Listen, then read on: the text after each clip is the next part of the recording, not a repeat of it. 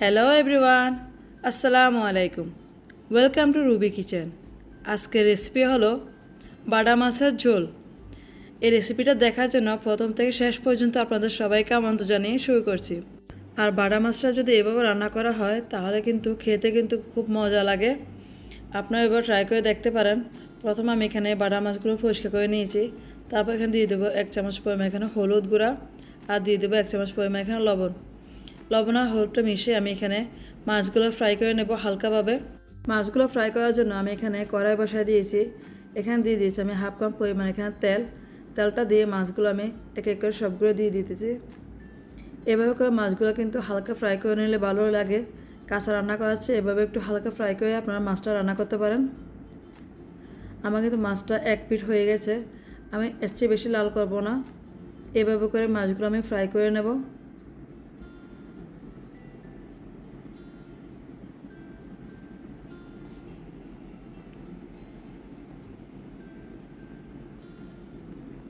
আমার এখানে মাছগুলো ফ্রাই করা হয়ে গেছে, আমি এখন মাছগুলো উঠিয়ে নেব।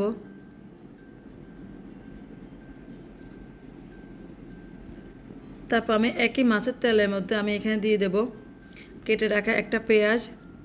আমি এখানে পেঁয়াজ বাটাটাও দেব, তারপর পেঁয়াজের কুচিটাও দেব। এখন আমি প্রথমে একটা পেঁয়াজ কুচি করে নিয়েছি, সেটা আমি দিয়ে দিয়েছি। পেঁয়াজটাকে আমি একটু ভেজে নেব।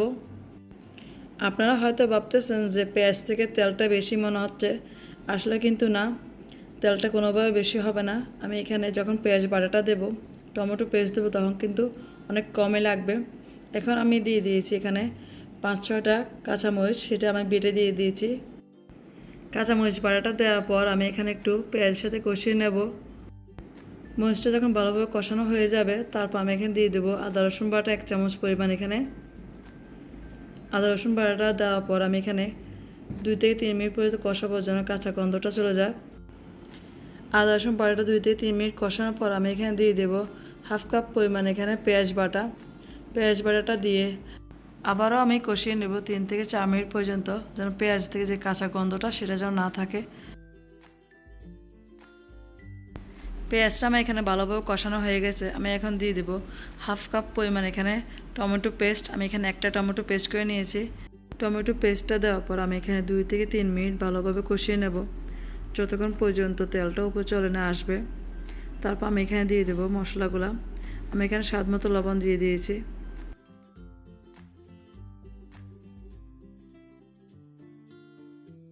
এখন দিয়ে দেবো আমি হলুদ গুঁড়া। এখানে আমি 1 চামচের বেশি দিয়েছি, কারণ কি আমার এখানে অনেকগুলো মাছ তাই। তারপর দিয়ে দেবো কাশ্মীরি মরিচের গুঁড়া, এখানে 1 চামচ পরিমাণ, ধনে গুঁড়া 1 চামচ পরিমাণ, জিরা গুঁড়া 1 চামচ পরিমাণ, আর দিয়ে দেবো 1 চামচ পরিমাণ এখানে গরম মশলা গুঁড়া।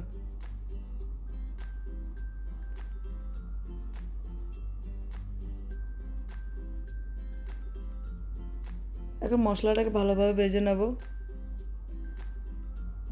তার জন্য একটু হালকা একটু পানি দিয়ে দিয়েছি যেন মশলাটা না পুড়ে যায়।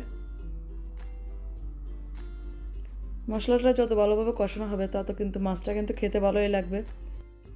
আপনারা যদি এভাবে মাছ রান্না করেন, মাছের ঝোলটা কিন্তু ঘন হবে আর মাছটাও খেতে অনেক ভালো লাগবে। কিন্তু মশলাটাকে সময় নিয়ে 2 থেকে 3 মিনিট বেশি করে কষাতে হবে, কাঁচা গন্ধটা যেন না থাকে। ভালোভাবে মশলাটা কষানো হয়ে যাবে, তারপর বেশিক্ষণ লাগবে না আপনার রান্না করতে, কারণ কি বাটা মাছটা অলরেডি আমরা ফ্রাই করে রেখেছি। এখন আমি বাটা মাছটা দিয়ে দেব, দিয়ে মশলার সাথে একটু কষিয়ে নেব। মাছটা কিন্তু অনেক নরম, তাই সাবধানে কিন্তু মাছটাকে উল্টাতে হবে।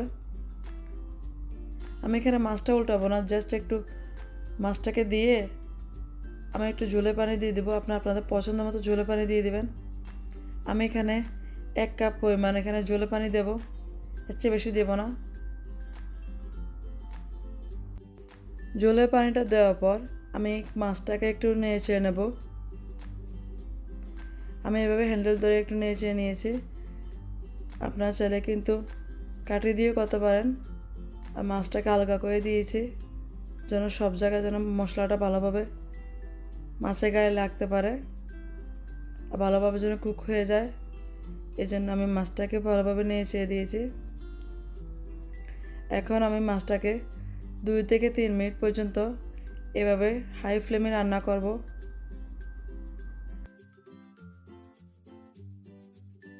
আমি এখানে মাছটাকে 3 মিনিট হাই ফ্লেমে রান্না করেছি। তারপর এখানে আমি জালটাকে একটু কমিয়ে দিয়েছি। এইভাবে করা 2 থেকে 3 মিনিট আমি রান্না করব। মাছটা কিন্তু অলমোস্ট রান্না করা হয়ে গেছে।